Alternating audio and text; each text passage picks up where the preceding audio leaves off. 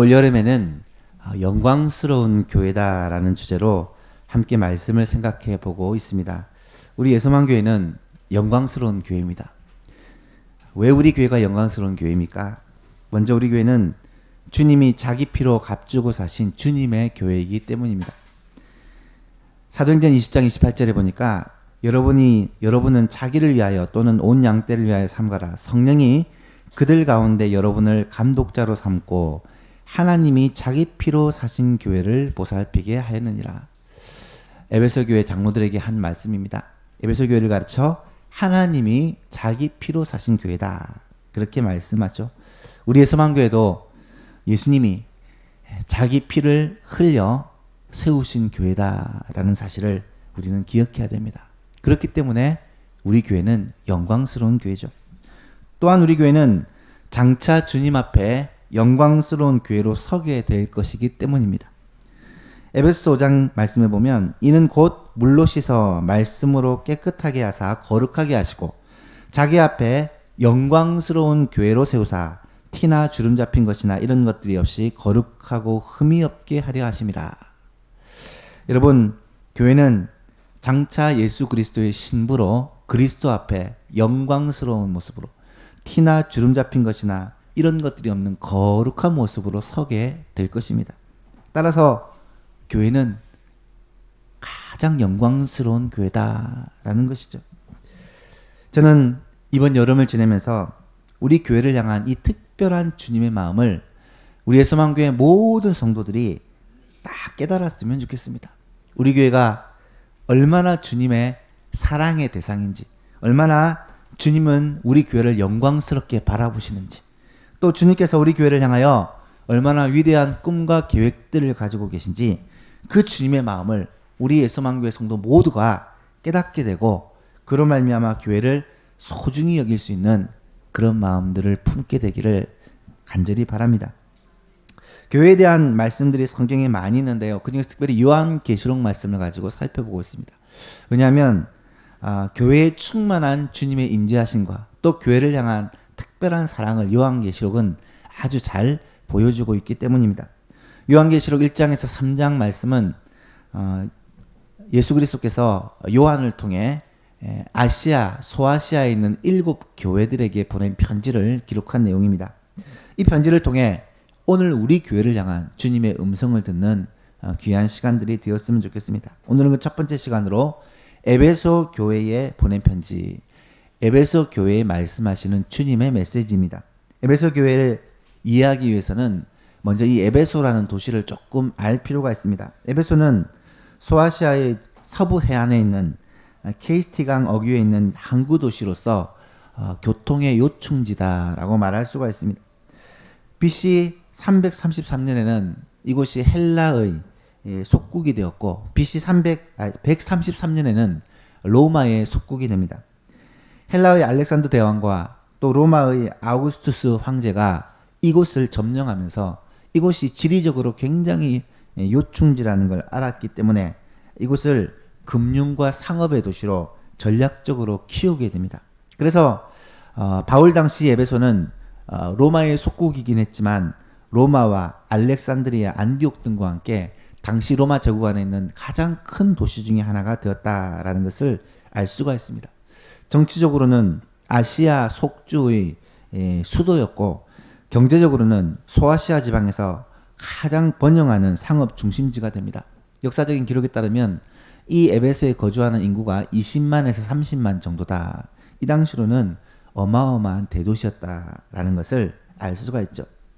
따라서 사도 바울이 소아시아 선교를 위해서 중심지로 에베소를 선택한 것은 어쩌면 당연한 일이다라고 말할 수 있습니다.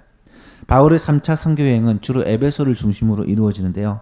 사도행전 19장을 읽어보면 이 에베소에 이르렀을 때 바울은 먼저 유대인의 회당에 들어가서 석 달 동안 하나님 나라에 대한 말씀을 강론합니다. 그런데 이때는 주로 디아스포라 유대인들이 회당에 모여 이 바울을 통하여 복음을 듣는 거죠. 어떤 유대인들이 이 복음에 대해 순종하지 아니하고 사람들 앞에서 이 도를 비방하는 일이 생깁니다. 그러자 바울은 그곳을 나와 두란노 소원이라는 곳에서 따로 사람들을 세우고 만 2년 동안 날마다 말씀을 강론합니다.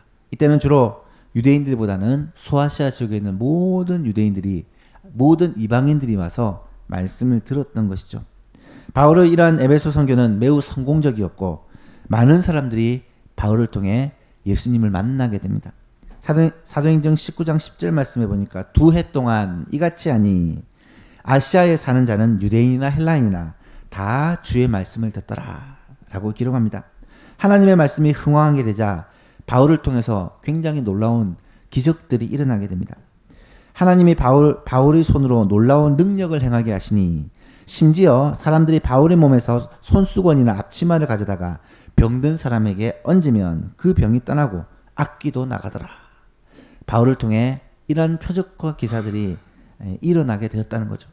복음의 힘은, 영향력은 대단해서 마술을 행하던 사람들이 이 복음을 듣고 예수를 믿게 되었고 무려 5만 드라크마, 약 25억에 해당하는 마술 책들을 가지고 와서 불살랐다고 성경은 기록하고 있습니다. 에베소에서 이러한 놀라운 부흥은 참으로 대단했고 그 지역에 영향력을 주게 되었는데요. 사도행전 19장 20절 말씀에 이와 같이 주의 말씀이 힘이 있어 흥왕하여 세력을 얻으니라 라고 기록을 합니다. 에베소는 바울이 평생 사역했던 많은 교회 가운데, 바울이 개척했던 수많은 교회 가운데 가장 오랫동안 사역했던 교회였고 또 가장 심혈을 기울여 그렇게 사역했던 교회다라고 말할 수 있습니다. 가장 많은 표적과 기사가 나타났고 3년 가까운 기간 동안 매일 두란노서원에서 말씀을 가르침으로 말씀 위에 든든히 세워진 교회다라고 말할 수 있죠. 성경에 나타나는 여러 교회 가운데 어쩌면 가장 복을 받은 교회가 바로 에베소 교회입니다. 에베소 교회의 설립자는 바울 사도였고 무려 3년 동안이나 제자 훈련을 했습니다. 바울은 에베소를 떠나면서 가장 믿을 만한 디모데를 그 교회의 사역자로 세우고요. 바울이 순교 이후에는 바울이 수행자요, 바울이 주치의였던 누가가 에베소 교회로 와서 사역을 합니다. 그리고 사도 요한이 어머니 마리아를 모시고 이 에베소 교회에 와서 또 합류를 하게 됩니다. 에베소 교회는 바울, 디모데, 누가, 요한 등 당대 최고의 지도자들이 섬겼던 교회이고요. 실제로 바울이 순교한 이후에는 세계 선교의 중심지가 안디옥 교회에서 이 에베소 교회로 옮겨졌다라는 것을 우리는 알 수 있습니다. 오늘은 이 에베소 교회를 향해 보낸 편지입니다. 에베소서를 보낸 때와 한 30년이 지난 후에 이 에베소 교회에 주님이 직친이 보내신 편지가 어떤 내용일까? 오늘은 그 내용을 잠시 살펴보면서 은혜를 나누고자 합니다. 먼저 편지를 보낸 분은 누구입니까? 1절 말씀에 에베소 교회 사자에게 편지하라. 오른손에 있는 7 별을 붙잡고 7 금촛대 사이를 거니시는 이가 이르시되. 7 교회의 사자에게 편지를 하는데 누가 편지를 보내는 것입니까? 오른손에 7 별을 붙잡고 7 금촛대 사이를 다니시느니 그분은 바로 예수님입니다. 우리가 지난 시간 살펴보았습니다. 20절 말씀해 보니까 내가 본 것은 내 오른손의 7 별의 비밀과 또 7 금촛대라. 7 별은 7 교회요, 7 교회의 사자요, 7 촛대는 7 교회니라. 교회의 사자들을 붙잡고 교회의 사제를 거니시는 이 인자 같은 이가 누구시냐? 예수님이라는 것입니다. 사도 요한이 밤모섬에서 주일날 아침 홀로 예배를 드리는 가운데 음성을 듣게 됩니다. 지금 내가 보는 것을 두루마리에 써서 7 교회로 보내라. 이 음성을 듣고 나팔 소리와 같은 음성이 어디서 나는지 돌아보려고 고개를 돌렸더니 그곳에서 7 금촛대를 발견하게 되고요. 금촛대 사이에 다니시는 인자 같은 한 분의 모습을 보게 됩니다. 그분의 모습은 너무나도 영광스러운 영화로운 모습이었고 그분은 7 교회 사이를 친히 다니시면서 7 교회의 사자를 별을 손에 붙들고 그렇게 운행하고 계십니다. 여러분, 예수님은 지금도 교회 가운데 이렇게 임재해 계시는 분이다. 지난 시간에 자세히 말씀을 드렸습니다. 예수님은 지금도 우리 예수만교회의 머리가 되시고 지금도 우리 교회 가운데 다니시고 역사하고 계십니다. 교회에 파송한 주님의 사자인 목사를 주님께서 손으로 붙들고 계시고 지금도 교회 사회를 다니시면서 우리 교회 모든 성도들을 보호하시고 살피시고 지키시고 계신다는 거예요. 교회에 임재해 계신 주님, 이것이 교회를 영광스럽게 하고 교회를 복되게 하는 것이죠. 다윗은 시편 16편에서 이런 고백을 합니다. 내가 여호와를 항상 내 앞에 모시며. 여러분, 다윗이 그런 고백을 했어요. 내가 여호와를 항상 내 앞에 모시며 그가 나의 오른쪽에 계심으로 내가 흔들리지 아니하리로다. 다윗과 함께 하셨던 그 주님이 오늘 우리 교회와도 함께 하심을 믿으시기를 바랍니다. 주님의 관심은 지금도 교회에 집중되어 있어요. 주님의 관심은 지금도 성도들에게 집중되어 있고요. 성도들을 살피시고 지키시고 붙들어 주시는 분이 바로 우리 교회의 머리 되신 주님이라는 거예요. 방금 우리가 불렀던 찬송가 406장 3절을 보니까 나의 믿음이 연약해져도 미리 예비한 힘을 주시며 위태할 때도 안보하시는 주의 영원한 팔 의지에 주의 영원하신 팔 함께 하사 항상 나를 붙드시니 어느 곳에 가든지 요동하지 않음은 주의 팔을 의지함이라. 주님은 지금도 염려와 근심과 고달픈 환경 속에 살아가는 모든 성도들에게 이렇게 함께 하시며 약속을 주고 계십니다. 두려워하지 말라. 내가 너와 함께함이라. 놀라지 말라. 내가 내 하나님이 됨이라. 내가 너를 굳세게 하리라. 참으로 너를 도와주리라. 참으로 나의 의로운 오른손으로 너를 붙들리라. 지금도 우리 주님은 예수만 교회와 함께 하시고 예수만 교회의 모든 성도들과 함께 계심을 믿으시기를 바랍니다.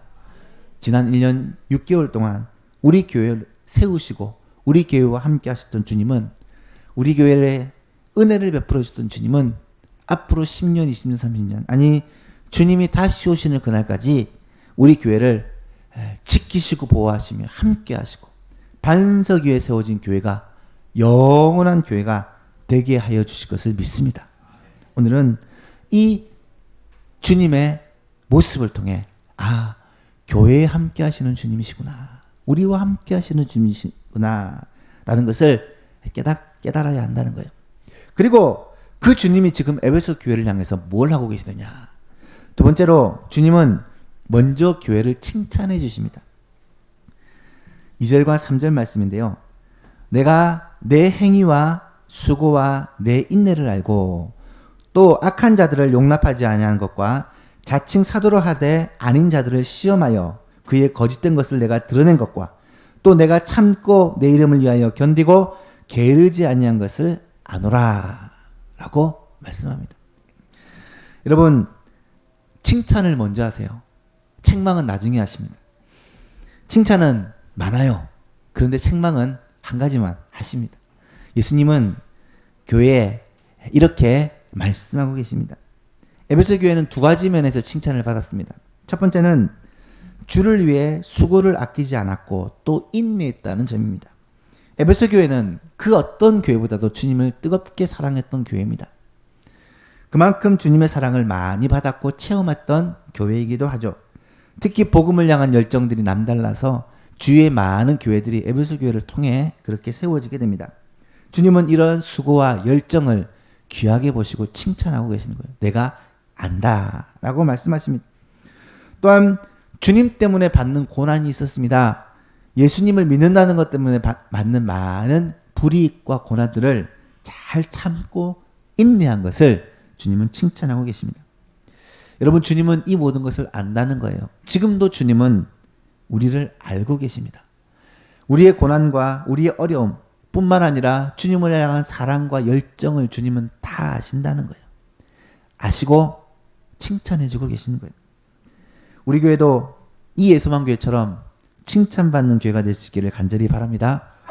그러기 위해서는 무엇보다도 주를 향한 사랑과 열정을 회복하는 교회가 되어야 돼요. 여러분, 교회가 어떤 일에 열심을 내어야 할까요? 교회가 어떤 일에 열심을 내야 될지 우리들은 이미 잘 알고 있습니다. 교회는 주님이 하신 일을 감당하기 위해 세워진 공동체입니다. 사람을 살리고 세우고 고치는 이 일은요, 주님이 하셨던 일이고 교회가 해야 될 일이에요. 우리 교회는 이것을 표로 삼고 이 일에 열정을 다해야 될 것입니다. 또한 교회는 교회가 해야 될 본질적인 사명을 감당하기 위해 최선을 다해야 합니다. 교회가 해야 될 본질적인 사명이 무엇이겠습니까?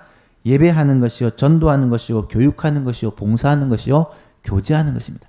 우리 교회는 이것을 교회의 5가지 비전으로 삼고 공적 기도 제목으로 삼고 늘 기도하고 있습니다.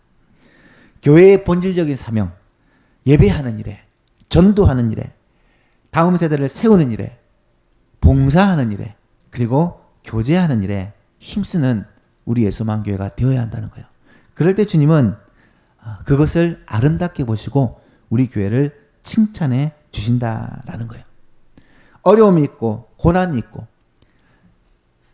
잘 나갈 때가 있고 힘들 때가 있지만 그럴 때도 변함없이, 그럴 때도 인내하며 주님을 사랑하고 헌신할 때 주님은 그 교회를 너무너무 기뻐하시고 또 칭찬해 주신다라는 사실이죠. 두 번째로 에베소 교회는 어떤 면에서 칭찬을 받았습니까?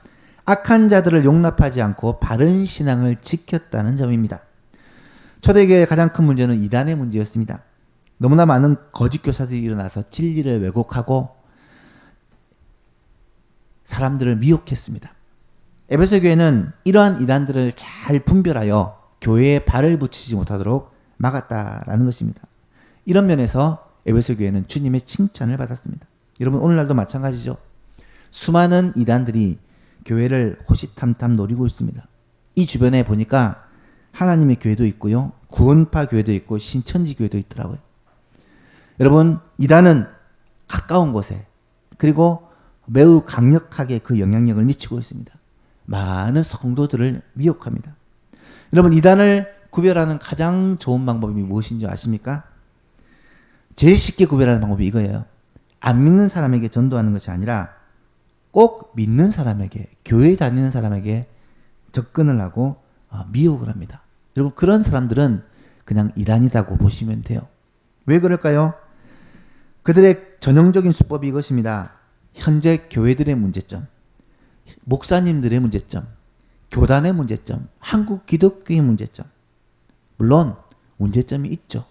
하지만 이런 모든 문제점들만을 집중하고 확대함으로 교회는 망했다, 교회는 더 이상 소망이 없다, 교회에 대한 부정적인 시각을 심어주게 함으로 성도들의 마음을 흔들어 놓습니다.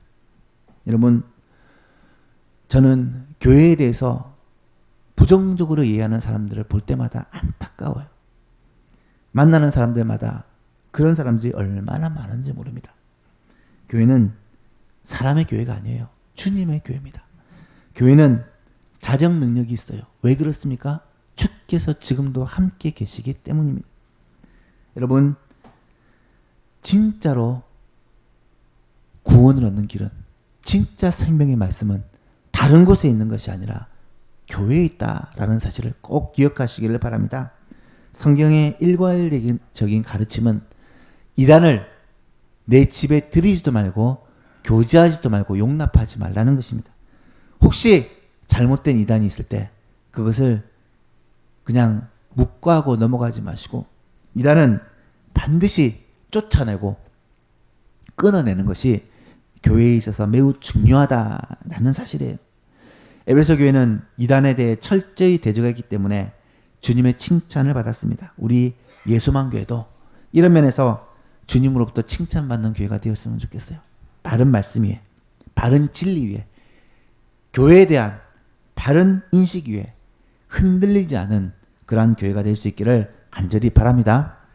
세 번째로 주님은 에베소 교회를 책망하십니다. 여러분, 칭찬만 하고 끝났으면 얼마나 좋겠습니까마는 주님은 한 가지 면에서 에베소 교회를 책망하십니다. 그것도 굉장히 혹독하게 책망하세요. 그 책망의 내용이 무엇이었습니까? 처음 사랑을 버렸다는 거예요. 4절 말씀입니다. 그러나 너는 너를 책망할 것이 있나니 너의 처음 사랑을 버렸느니라. 에베소 교회 성도들은 처음에는 그렇게 주님을 사랑했고 또 서로를 뜨겁게 사랑했습니다. 주님에 대한 그 사랑이, 충만했던 그 사랑이 시간이 지나고 나니까 점점 식어졌다는 거예요. 분명히 고난이 있었음에도, 박해가 있었음에도 불구하고 변하지 않았던 그 사랑이 어느 순간 돌아보니까 우리 가운데 없는 것을 발견한 거예요. 떨어졌음을, 식어졌음을 발견하게 된 것입니다. 여러분들 왜 그랬을까요? 추측해 보건대 이 에베소 교회가 이단과 진리를 지키기 위해 싸우느라 아마 성도들 간에 서로 간에 불신들이 일어났던 것 같아요. 여러분, 주를 믿는 것과 주를 바로 믿는 것과 서로 사랑하는 것이 물론 함께 가야 돼요. 하나님을 바로 믿는 것과 서로를 사랑하는 것은 사실은 주님의 뜻이잖아요. 그런데 실제로 진리를 강조하다 보면 사랑이 식어지기 쉽고요. 사랑을 강조하다 보면 진리가 흐려지기 쉽다라는 것을 우리는 알게 됩니다. 사랑이 식어진 에베소 교회를 향해 주님은 지금 뭐라고 권면을 하십니까? 5절 말씀해 보니까 이렇게 말씀합니다. 그러므로 어디서 떨어졌는지를 생각하고 회개하여 처음 행위를 가지라. 만일 그러지 아니하고 회개하지 아니하면 내가 내게 가서 내 촛대를 그 자리에서 옮기리라. 여러분, 무섭죠? 주님은 그 처음 사랑을 다시 회복하라는 것입니다. 처음 사랑을 회복하기 위해 회개하라, 돌이키라는 것이죠. 처음 사랑을 회복하는 것, 돌이켜 회개하는 것이 여러분 주님이 에베소 교회를 향하여 명하시는 것입니다. 어떻게 돌이키고 어떻게 처음 행위를 회복할 수 있을까요? 오늘 본문에 보니까 생각하라. 무엇을 생각하라는 것입니까? 하나님의 사랑을 생각하라. 하나님께 받은 은혜를 생각하라. 그 감격을 생각하라. 주님을 만나고 그 뜨거웠던 사랑을 기억하라. 주님의 은혜를, 주님의 그 능력을 체험했을 때 그 은혜와 감격들을 생각하라는 거예요. 사랑하는 여러분, 오늘 이 자리에 계신 여러분에게도 아마 그 첫사랑의 감격이 분명히 있을 거예요. 주님을 처음 만났을 때, 주께서 내 주요 그리스도이심을 깨닫게 되었을 때, 주님께서 말씀으로 찾아와 주셨을 때, 은혜를 부어 주셨을 때, 밤새워 기도하며 주님과 교제하던, 주님을 위해 온 마음과 뜻을 다해 헌신했던 그 첫사랑과 그 열정을 여러분 아마 기억하실 것입니다. 교회가 회복되는 비결은 결국은 교회의 그 사랑을, 열정을 회복하는 것입니다. 많은 일을 하는 것보다 더 중요한 것이 교회의 주님을 향한 사랑, 서로를 향한 사랑, 그 주님의 사랑을 회복하는 것입니다. 건강한 교회는 바로 이와 같이 첫사랑이 살아있는 교회다라고 말할 수 있어요. 주님을 향한 사랑과 함께 성도들을 향한 사랑도요, 반드시 회복되어야 합니다. 주님을 향한 사랑이 회복되면 자연스럽게 서로 간에 사랑을 하게 된다라고 성경은 말씀합니다.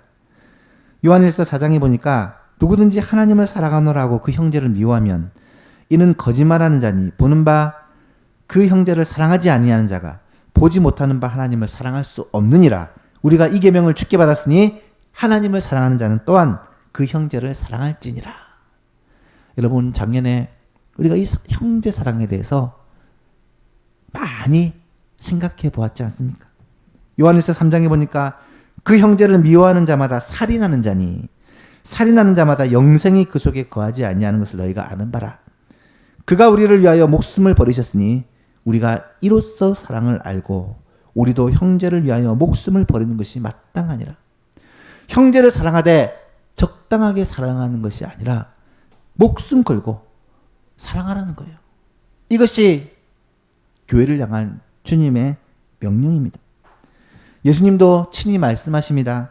요한일서 13장에 새 계명을 너에게 주노니 서로 사랑하라.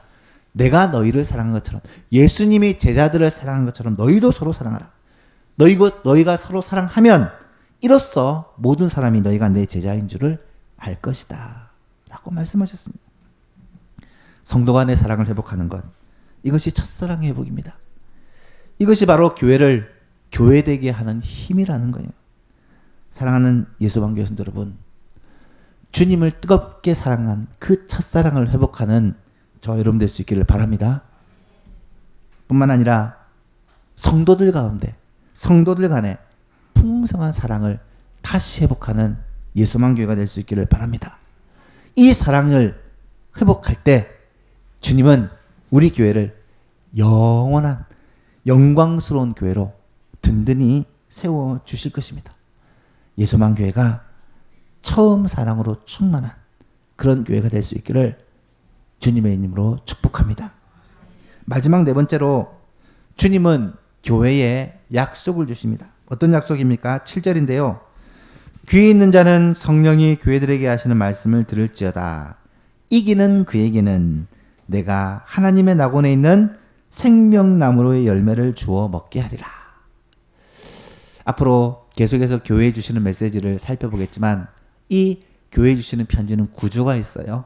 처음에 예수님이 어떤 모습으로 나타나느냐, 그리고 교회에 주시는 메시지가 나타나고, 마지막으로 이기는 자에게는, 남는 자에게는, 믿음을 지킨 자에게는 어떤 하나님의 영광과 축복이 있는지를 말씀하고 있어요. 에베소 교회에 주신 말씀입니다. 이기는 자에게는 하나님의 낙원에 있는 생명나무의 열매를 주어 먹게 하겠다. 여러분, 하나님의 낙원에 있는 생명나무는 무엇을 말합니까? 창세기 3장에 이 에덴 동산에는 중앙에 선악을 알게 하는 나무와 생명나무가 있었어요. 생명나무를 먹었더라면 아담과 하와가 영생하였을 것인데, 생명나무를 먹는 대신에 이 선악을 알게 하는 나무의 열매를 먹음으로 하나님 앞에 범죄하게 되죠. 여러분, 이 범죄함으로 잃어버렸던 이 에덴 동산과 생명나무의 열매를 주님이 다시 주신다는 거예요. 이것은 무엇을 말하겠습니까? 영원한 천국을 누리게 하신다는 말씀입니다. 여러분, 천국이 어떤 곳입니까? 천국은 주님과 함께 영원히 사는 것입니다. 사랑하는 주의 백성들이 주님과 함께 살아가는 곳이 천국이에요. 뿐만 아니라 주님을 향한 사랑, 또 서로를 사랑하는 이 사랑이 영원토록 식지 않는 것이 바로 천국이라는 것입니다. 따라서 우리는 지금 이곳에서, 우리 예소망 교회에서 하나님을 뜨겁게 사랑하고 또 서로를 사랑하며 이 사랑을 주님과 함께 나눈다면 이 예소망 교회가 바로 낙원과 생명나무가 있는 천국의 모형이 되어진다는 거예요. 천국은 나중에 죽고 나서 우리가 가는 곳이지만 동시에 우리가 이 땅에서 맛보고 누릴 수 있는 거예요. 이 맛을 보게 하기 위해 주님이 교회를 세워주셨다는 사실입니다. 사랑하는 예수만교회 여러분, 우리 예수만교회가 이 땅에서 천국을 맛보는 그런 하나님의 선물이라는 사실을 깨닫게 될 수 있기를 바랍니다. 주님을 사랑하고 서로를 사랑하며 이 교회 공동체 안에서 그렇게 은혜를 누리며 살 때 이것이 바로 천국이요, 하나님의 임재가 있는 영광스러운 그런 낙원이라는 것을 우리가 맛보고 누리게 될 것입니다. 말씀을 맺습니다. 오늘은 주님께서 에베소 교회를 향해서 보낸 편지를 살펴보았습니다. 주님은 먼저 에베소 교회를 향해 칭찬하십니다. 너희가 주님을 향한 행위와 사랑과 열정과 또 인내를 가지고 있는 것을 칭찬하시죠. 그렇지만 한 가지 책망을 하십니다. 그것이 무엇입니까? 처음 사랑을 버렸다. 그래서 처음 사랑을 다시 회복해야 된다라는 권면을 하십니다. 그러면 영원한 천국을 너희에게 선물로 주시겠다고 약속하고 계시죠. 사랑하는 성도 여러분, 이 편지는 우리 주님이 바로 우리의 소망 교회, 오늘 이 자리에 함께한 주의 백성들에게 주시는 편지임을 깨닫게 되기를 바랍니다. 오늘 우리가 이 말씀을 들으며 꼭 생각해 봐야 돼요.